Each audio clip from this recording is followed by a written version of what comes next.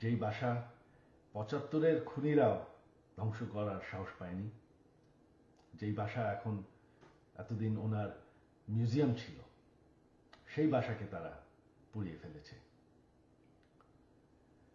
বঙ্গবন্ধু একটি দলীয় বিষয় না, বঙ্গবন্ধু হচ্ছেন জাতির পিতা। বঙ্গবন্ধু না থাকলে আজকে আমরা বাংলাদেশ হতাম না, আজকে আমরা পাকিস্তান হয়ে থাকতাম।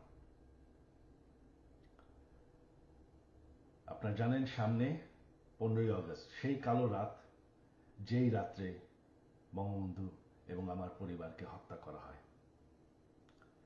আমার আহ্বান বাঙালি জাতির কাছে যে আপনারা যদি স্বাধীনতার চেতনায় বিশ্বাস করেন, আপনারা যদি বাংলাদেশকে ভালোবাসেন, আর এই যে বাংলাদেশে বাস করছেন